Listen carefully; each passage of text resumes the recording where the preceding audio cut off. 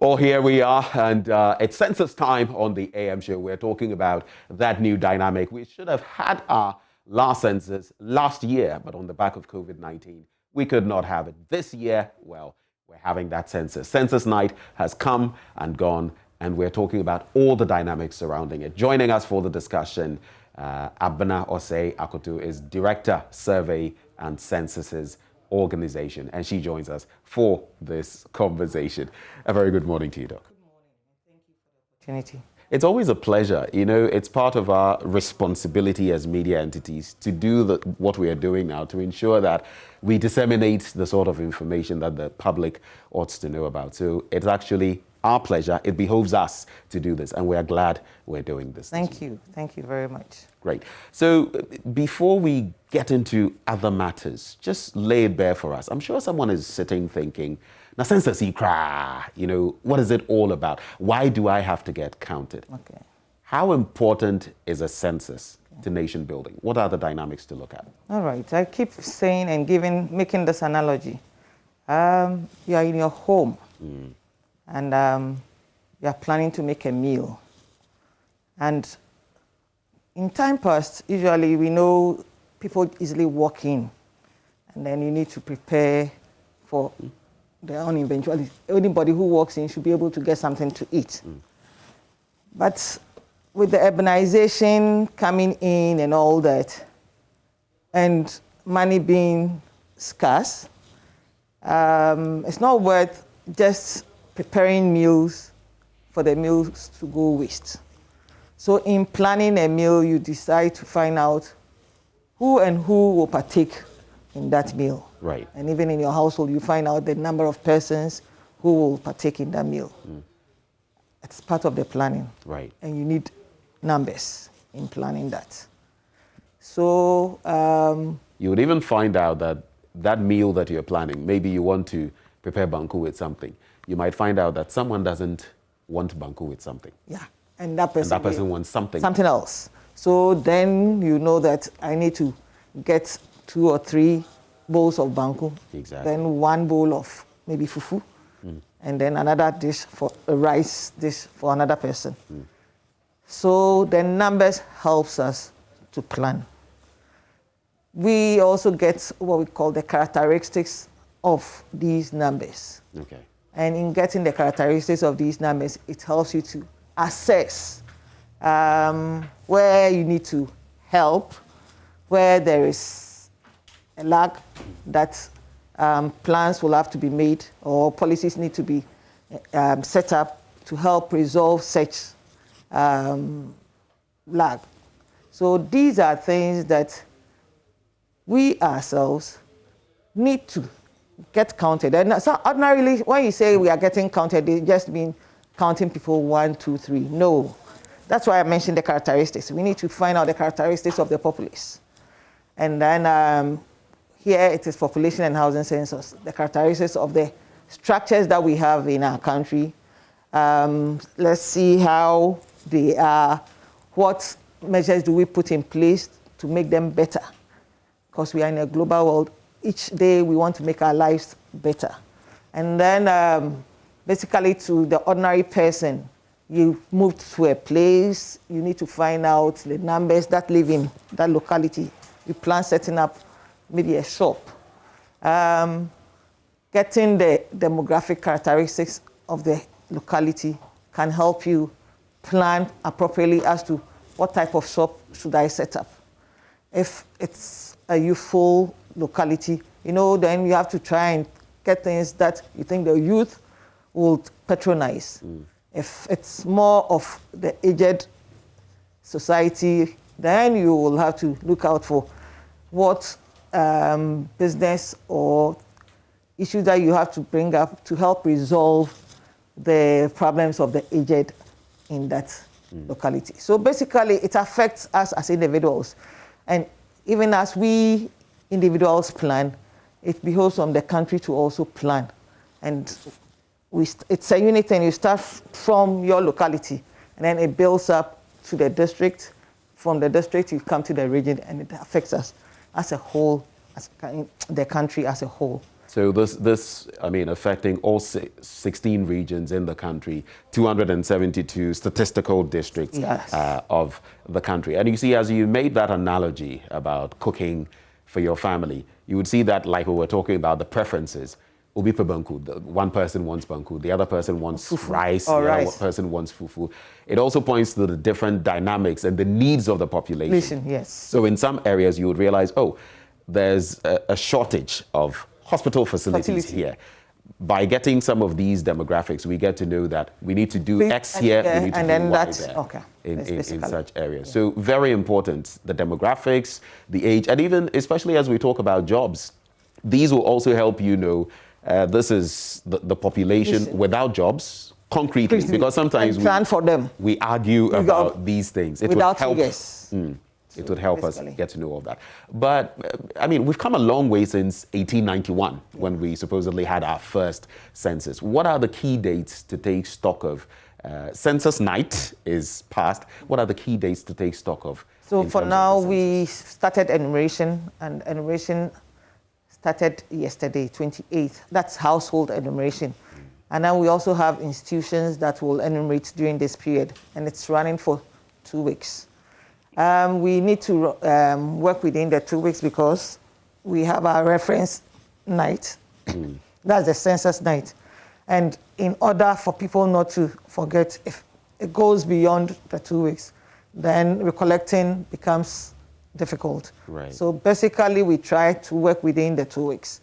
And that's officially, we are looking at enumerating everybody by the 11th of July.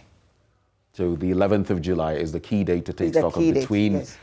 Yesterday and the 11th of July. I know sometimes there are peculiar circumstances. Someone comes through maybe a day after the census has begun, or maybe even a day after, census night, so to speak. And so the gap in between, the lodging and all of that misses it. Someone dies after, he or she has been counted. What are the dynamics? Because we are looking for figures as accurate as possible. Okay. How do you deal with that situation? Okay. Census taking, we have two methods, the de jure and then the de facto. The de jure... I thought that was limited to politics. Apparently it's in censuses as well. The de jure refers to the usual members in the household. And our census is the de facto. As at census night, who was in Ghana? As at census night, who was in Ghana? So it's more like taking a snapshot at that point in time. So if you were alive on the 27th night and early dawn 28th you passed, you were in that picture. So we'll count you. If 27th night you were not there, 28th you were born, you were not in that picture. So it really balances out. As people move out and people move in, it crosses out. So basically, those that were there census night and had passed, we count them. Those that were not there on census night and have been born, we leave them out. But it really balances out. And then we also want to ensure that whoever was there on census night is enumerated. So we get to know those who fell into that picture. This just crossed my mind. Do you also balance your data with, for example, data emanating from the births and deaths registry? Because they would be, I think, up to date more when it comes to who has been born recently, who has died in recent times. I know sometimes there is a lack of reporting, which is in itself illegal, but it happens all the same. But then, I mean, that registry has a database that we can fall on. Does the Ghana Statistical Service, even after you're done with this, do you fall on that as well to maybe see how what the correlation is and whether you can take out and add in rather than just assume maybe that, well, some people would have been born, others would have died, and it will balance out? I won't say yes, but census taking the total count of the country at a certain point in time. Subsequently, we have various surveys that we do, and then getting registered at birth and then at death, right, gives us the sense of how, or the numbers that we lose or we gain. In population dynamics, we have what we call the growth rates. And in calculating the growth rates, these dynamics as those who die, those who are born, those who migrate or leave the country, those who also come in, all these things are put to play in coming up with our population growth rate and in projecting population. Administrative data is good, but we are not yet there to dwell more on the administrative data. So we use administrative data in our projections in coming up with our surveys as well to validate our figures. But for now, the census gives us the total count of the population at a point in time that we set as the census night. Right. And especially as you go back to this, it also brings to mind, this wouldn't be the first time that we've missed a census year. No. I mean, 1941 is an example because of World War I. And last year, on the back of COVID, I mean, these force majeure situations sometimes compel us not to do it. But what would you say, this comes to mind, what would you say has been the impact? Have we lost anything on the back of not being able to have the census last year? Okay, I wouldn't say we've lost something. It's a global world. We are part of the United Nations, and the United Nations has the 2020 round of censuses. Right. The 2020 round of censuses doesn't mean that you must have it in 2020. It's barely 2 or 3 years before the 2020, or 2 or 3 years after the 2020. So even as we are having it in 2021, we are still within the 2020 round of population and housing censuses. And our data could be compared with other countries who had also taken it within that period. Right. And when you look at the data, I mean, sometimes some wild fluctuations. If you look at between 1960 and 70 and the increase, and then you look at between 2010 and 2020 and the approximations, you'd realize that our population has been growing steadily. It's the growth pattern has been massive. But what would be the projections? I know counting is not done, but for a long time we've had projections from the international bodies approximating that we're about 31 million. Per the Ghana Statistical Service, what are some of the blanket numbers that we can look at even before we conclude on this exercise? But I would say that the projections come from us. When you do censuses over time, you calculate the growth rate of the country. And that is why there are some characteristics that we find out.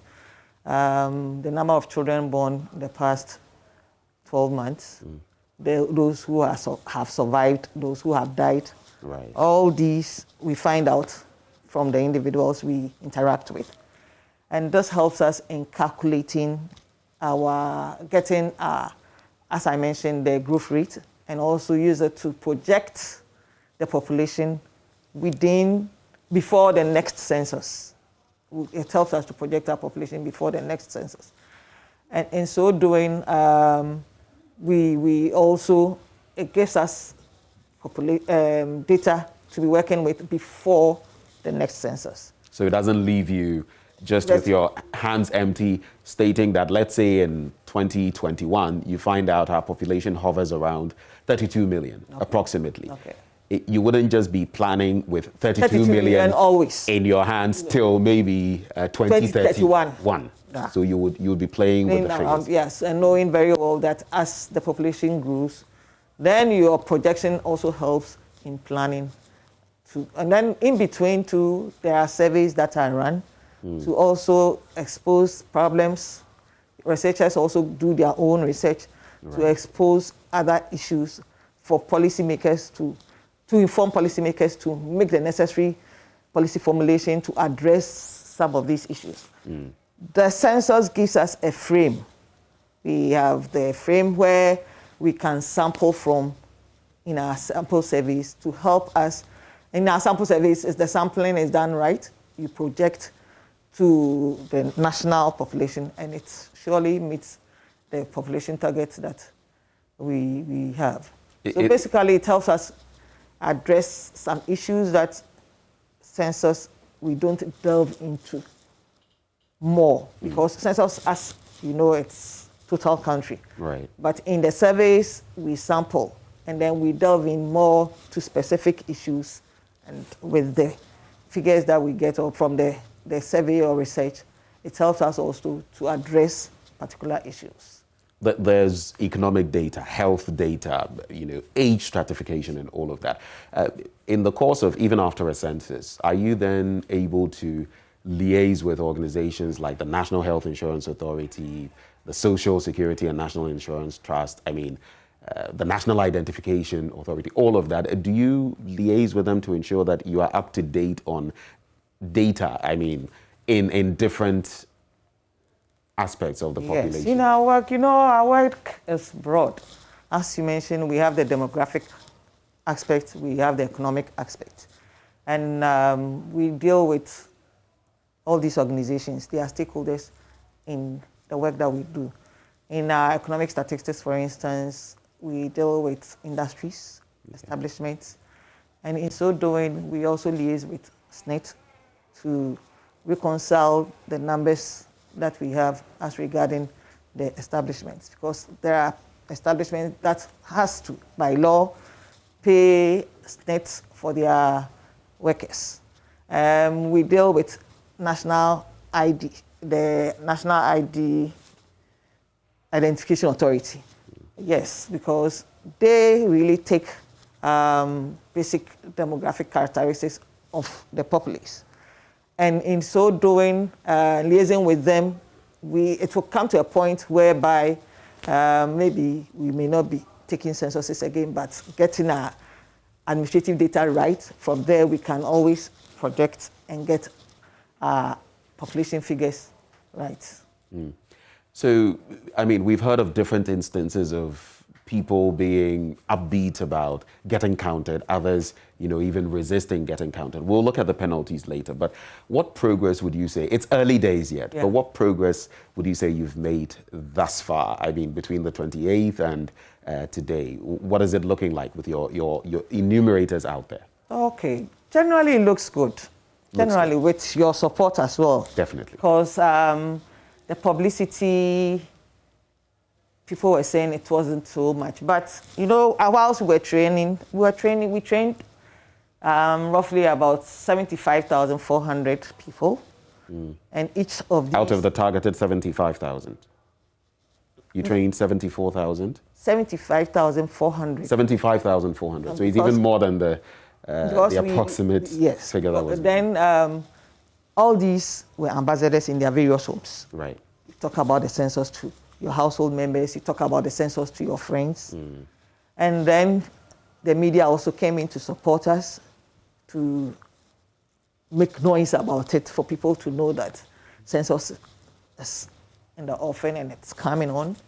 And as you said, the census night also opened an avenue for people to also get aware of the census by the celebration of the census night, some activities that were done and all that. Yet there are people who are wondering, how do I benefit from the census? Why should I be part of the census? Because, well, I'm not seeing anything. The government has not done anything for me. I was saying this to these people. Even when you want to sell wachi at some corner, you need to know the number of people in the area, such that when you cook your wachi, it won't go waste.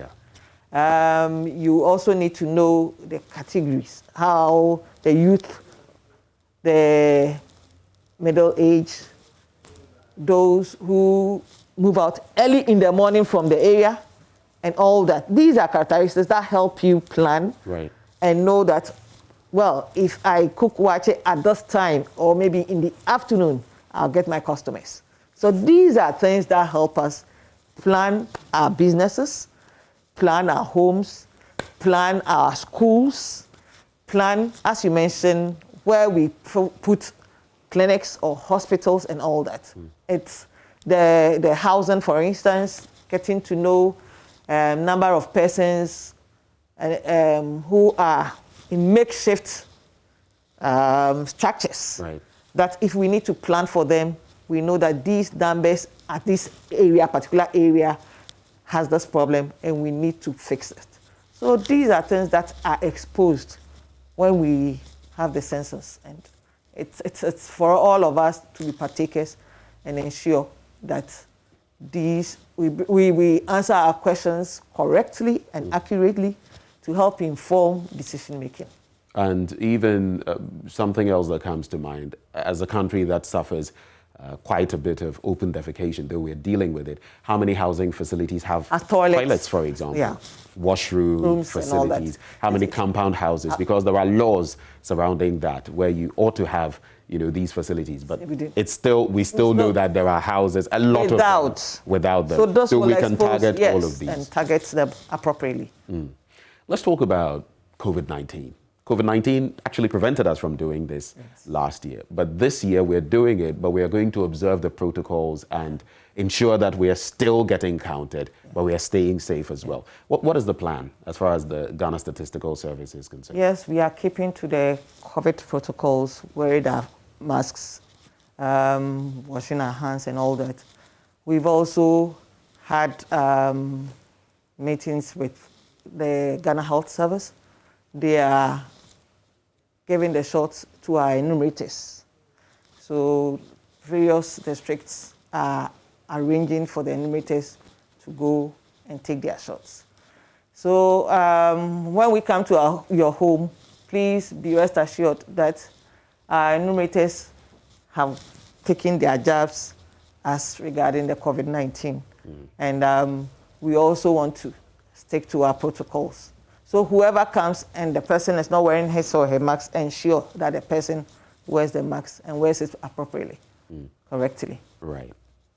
I heard some time back about the head of the GSS talking about the fact that you have the logistics you need in anticipation. This was 100 days before census night. But let's talk about the enumerators. And I am asking a bit of a naughty question. Yes, please go ahead. There are some institutions, organizations, I'm not going to mention which, but when it comes to voting, when it comes to this, when it comes to that, even the regional reorganization and people who had to go through certain processes, these organizations rope in people to help. Like now you are bringing in the enumerators, but long afterwards, oftentimes you would hear some of them reaching out to you that they've still not been paid for the service they rendered to the nation.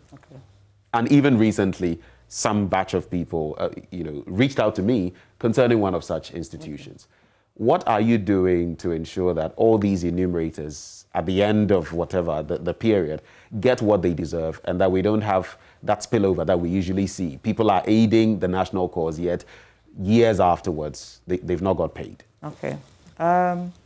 We have signed contracts with our enumerators, and there are stipulated time and then conditions that you meet to be paid. The first tranche, which is 30% when you finish with your listing exercise, has been paid. I see. And when you say the first tranche, can you put a number to it? 30%. 30%. 30% of what is to each of them? To each of them. The 75,400. The 75, those who are in the field, each of them. Okay. When they finished listing, we expected figures coming from the field because we are here in the head office. So they sent us the figures and then we calculated and then sent it to them. As at the last time I was aware, we had paid 14 out of the 16 regions. 14 out of the 16 regions, because then there were 2 regions that have not submitted their returns for the payment. Which regions were those? It was Central and Ashanti. Central and Ashanti. But I think now they have brought in their returns, and for sure it will be done, and then the monies are sent. Okay. We are sending this monies electronically. But just to get this clearly before we get to the electronic bit, so does that mean that for those in the Central and Ashanti region, they've not got the 30% component yet? It's possible that by now they might have gotten it, because that was about last Saturday. Okay. So we were following them up to send in the details. Right. So, as I said, we are paying electronically. And then there are times that it fails. Either the contact number the person gave was not correct, right, and needs to be rectified. So these are gaps that some of the dynamics. So when we get to know, we get in touch with the accounts team to ensure that these are rectified, and then they get their money. So are we paying them in bank accounts? Are we paying via Momo? How is it going? Since you mentioned phone numbers. Via G-Money, yes. Okay. So Bank of Ghana. Commercial. Ghana Commercial Bank. GCB Bank. Or GCB Bank. Yes, so GCB Bank. Okay. All right, GCB Bank. And you know they are everywhere, so yes, it will make life comfortable for them. Right. Enumerators. Right. Okay, so at least we have some confidence in the system. 30% paid so far.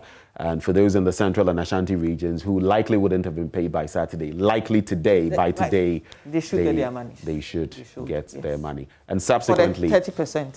Right. And at the end of the period, we're going to ensure that all those 75,400 get their money. Get paid. That's very reassuring, heartwarming. And then I mentioned that there are conditions you have to meet.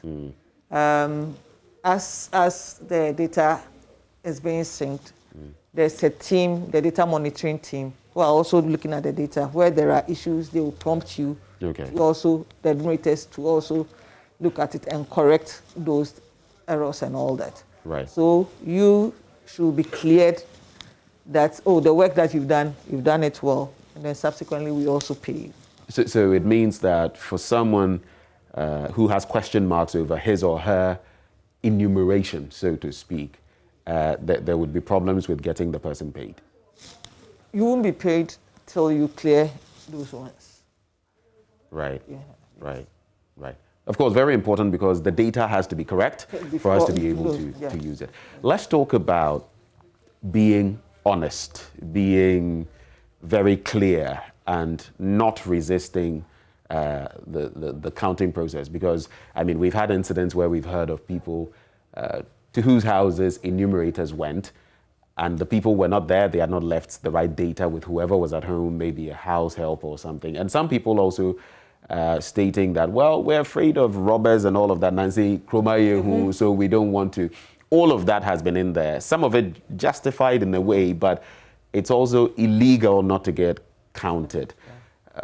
So far, what are we looking at in that respect? And what are some of the penalties for not getting counted or not giving honest information? Okay.